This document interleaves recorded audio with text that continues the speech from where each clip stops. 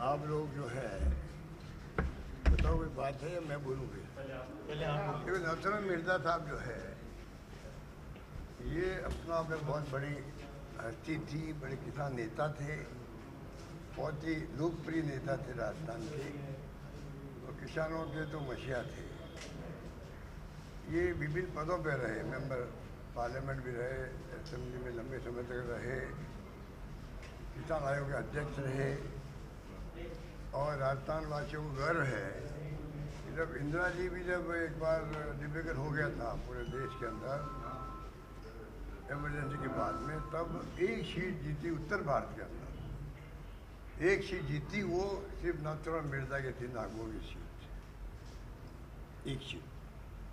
ये हमारे लिए गर्व की बात है कि नाथुराम मिर्जा जैसे पॉपुलर थे। उत्तर भारत में कांग्रेस साफ हो गई, दक्षिण में कांग्रेस जीत गई सब जगह। उस वक्त में एक सीट जीतना बहुत बड़ी बात थी, जो जीती राजस्थान मिर्जा साहब ने जीती। वो तो समर्पित नेता थे। ऐसे दिन याद करते हैं तो नई पीढ़ी को प्रेरणा मिलती है। हमारे नेताओं का योगदान क्या था राजस्थान के अंदर, किसानों के लिए क्या संघर्ष किया आज़ादी के पहले बाद में। और ये परंपरा अच्छी है पीसीसी के अंदर, असेंबली के अंदर। मुझे खुशी है कि मेरे वक्त में शुरू करी है दोनों जगहों पर, और अब पार्लियामेंट भी होती है, तो कम से कम साल में एक बार दो बार उनको याद तो करें नेताओं को, वरना नई पीढ़ी को भूल जाएगी। वो तो अभी भूलने लग गई है। महात्मा गांधी का क्या योगदान था, पंडित जवाहरलाल नेहरू का क्या था, या आपका सरदार पटेल का क्या था, मौलाना आज़ाद का क्या था, बड़े बड़े नेता थे। तो ये परंपराएं कायम रहनी चाहिए, मेरा मानना है, मैं उस पर विश्वास करता हूँ।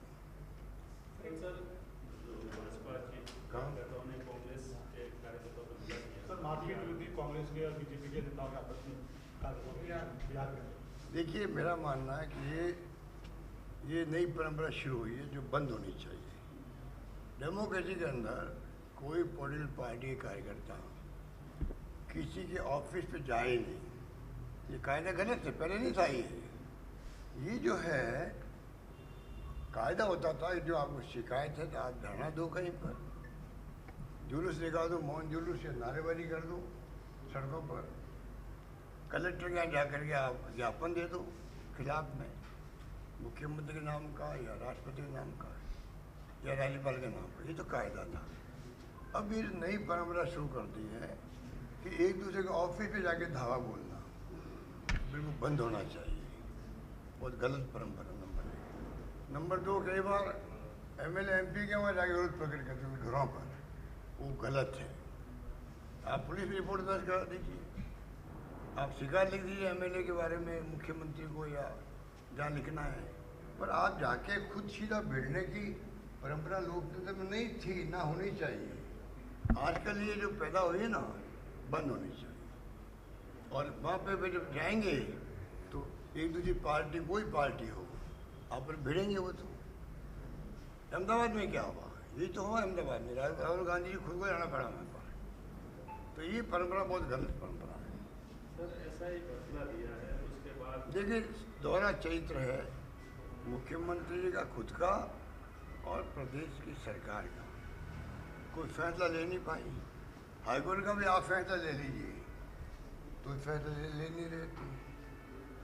अब जाके हाईकोर्ट ने जब कहा है, सरकार ने एफिडेविट दिया था कि नहीं फैसला रद्द नहीं होनी चाहिए, आधे आधे जो ऐसा ही है उनको खुश करने के लिए।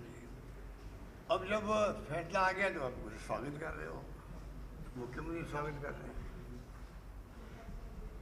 इसको जाना चाहिए, तय में जाना चाहिए। हमारे वक्त में एक परीक्षा जो रीट थी सेकंड ग्रेड की, वो उसमें पेपर आउट होने की शिकायत मिली एसओजी से हमें। 33-35 हज़ार करीब पोस्टें थी, 70 लोगों के खिलाफ में रिपोर्ट मिली। हमने इंटरेस्ट के अंदर, पब्लिक इंटरेस्ट में पूरी परीक्षा रद्द कर दी थी।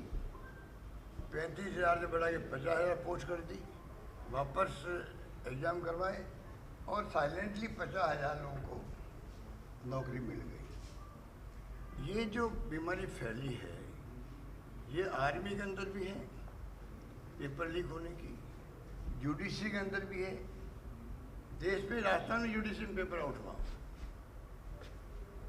गुजरात में बहुत ज़्यादा है, यूपी में है, बिहार में है, पंजाब में है, कहाँ नहीं है। अधिकांश राज्यों में पेपर लीक की गैंग बन गई है। वो यही काम करते हैं क्योंकि जो माहौल है, नौकरी मिलती नहीं है, बेरोजगारी है और सरकारी नौकरी सब चाहते हैं। तो ये जो प्रॉब्लम है, इसका बेसिक बात वो है।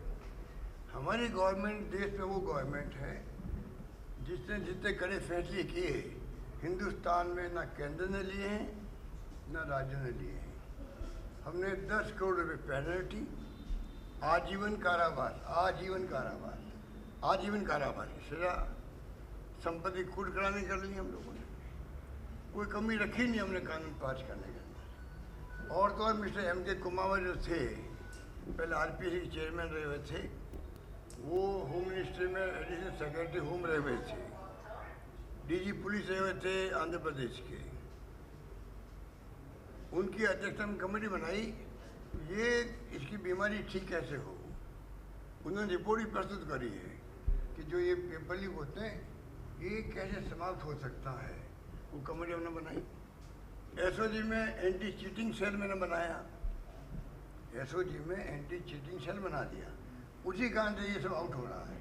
वो सेल हमारा बना हुआ था, तो हमारी बात तो कोई कमी नहीं रखी।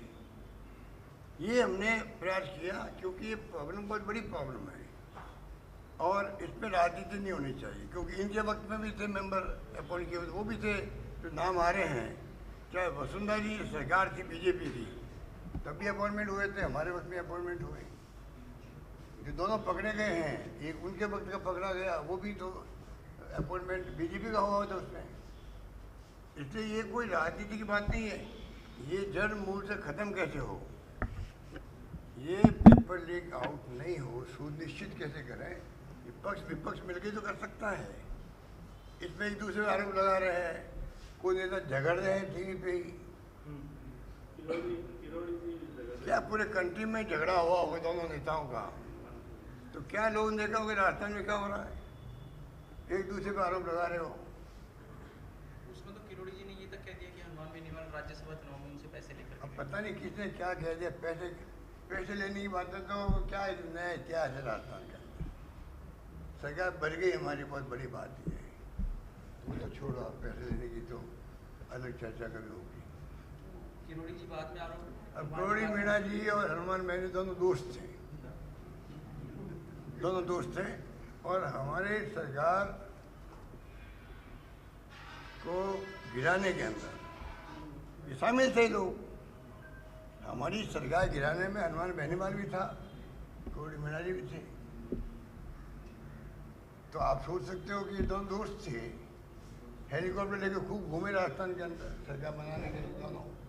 इनका इतिहास पुराना इतिहास है, तो इसलिए इनके बारे में हम क्या बात कर रहे हैं। बीजेपी के लोग कह रहे हैं कि SIT मगरमच्छ भी पकड़े जाएंगे आपकी पूर्व। तो ये वो क्या बोलते थे, SOG का काम है, SOG जाना, हाईकोर्ट जाना ही। उनको पूछो, आपने कहा भाई पैसा तो धनी होनी चाहिए, हाईकोर्ट ने आप पूछा, आपने जवाब नहीं दिया और वो फैसला आ गया। फैसला आने के बाद तो कोई बोल सकता। अब तो वो सरकार सोचेगी, जो मैं सुन रहा हूँ कि आगे अपील करेंगे नहीं करेंगे, वो तो उनका काम है, हमारा काम तो नहीं। सरकार उनकी है, वो जनहित में फैसला करेगी। ये कह सकता हूँ। तो नौकरी हमारे पास निकाली है हमने, इतिहास बना दिया राजस्थान में, तो नौकरी लगी है। और ये बीमारी जो है वो जिसको मतलब कहना चाहिए कि इतनी कंडेम करने वाली बीमारी है। और मैंने कहा आपको पूरे देश में फैली हुई है, इस पर रोक लगनी चाहिए ना। कानून हमने पास किया है, जो किसी ने पास नहीं किया है। धनखड़ साहब कहाँ हैं ये नहीं पता, कहाँ पेंशन मांग रहे हैं, जो पूर्व विधायक के नाते जो पेंशन उनको मिलनी चाहिए वो पेंशन चाहिए। भैया कभी कल परसों आएंगे, वो भी कभी आप उनसे ही बात कर रहे हैं, ये बात मुझसे क्यों कर रहे हो। धनखड़ साहब राजस्थान के यहाँ आना है, राजस्थान में उनको है, वो उनके ऊपर वो कब आएंगे। हम तो इंतजार कर रहे हैं उनका स्वागत करने के लिए, कब आए वो राजस्थान, लोग पूछें, बातचीत करें और पता भी करें भाई क्या हुआ, आपने इस्तीफा क्यों दिया। सर्वदलीय बैठक हुई थी, उसका पहली बार बहिष्कार किया कांग्रेस ने। सर्वदलीय बैठक 2 दिन पहले जो सर्वदलीय बैठक हुई थी, पूरी तरह कांग्रेस ने बहिष्कार किया। वो तो कारण बता दे जूली जी आपको,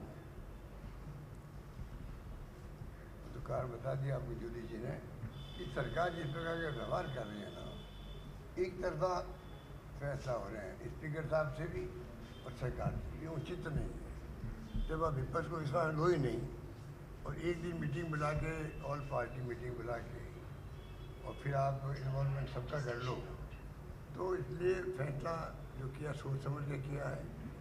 प्रदेश कांग्रेस कमेटी के अध्यक्ष जी ने, नेता प्रतिपक्ष ने मिलकर फैसला किया है, सोच समझ के किया है।